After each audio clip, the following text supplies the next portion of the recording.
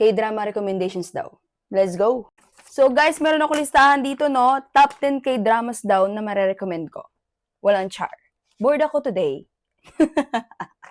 So una guys, syempre, Haunted Palace. Walang char. Like,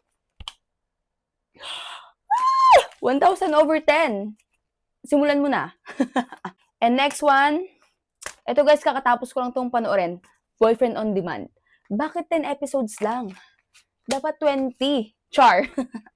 Like, 1,000 over 10 din. Walang char. So the third one guys is Dynamite Kiss. Grabe, rom-com din ito guys. Hindi kayo maboboard. Walang char. Next one guys is Moon River. Like, grabe. Ang ganda rin ito. Rom-com din. Like, grabe yung plot twist. Walang char. Hindi talaga ako naboboard sa mga rom-com. Yun talaga yung pinaka-favorite ko guys na genre. Ano ba sa inyo? Next one guys is Mellow Movie. Like, grabe. Comfort drama rin ito guys. Walang char. 1,000 over 10. Next one, Bon Appetit Your Majesty. Like, grabe guys. Super ganda nito. Walang char. Simulan nyo na. Like, pagpupuyatan nyo talaga lahat ng episodes para matapos nyo agad. Next one guys is Our Unwritten Soul. Like, grabe. Another comfort drama rin ito guys. Walang char. Pag si Park Bo-young talaga yung bida, masterpiece. Walang char. 1,000 over 10 din. Parang 1,000 over 10 lahat. Next one guys is, oh my god, Tale of Lady Oak. So, rom-com din ito guys na medyo may pagka-action. Like, grabe yung pinagdaanan ni Lady Oak.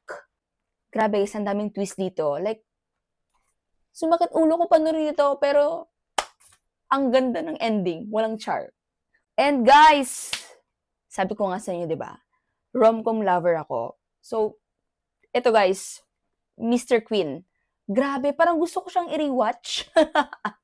Hindi talaga kami magsawa guys. As in, papatawanin talaga kayo bawat episodes. Walang char. Like, masterpiece. Ito pala yung pinapanood ko ngayon, yung Phantom Lawyer. Ongoing pa ito, pero grabe. Bitin na bitin ako bawat episodes. Like, ilabas nyo na lahat ng episodes. Pero may 2 pa siya matatapos. Lap trip din ito guys na may pagka-drama. Like, iiyak kayo, tatawa, malulungkot, tapos sasaya na naman. Like, grabe. Ang galing din ng pagkakagawa nito guys. Walang char. Yun lang. Follow for more. Bye!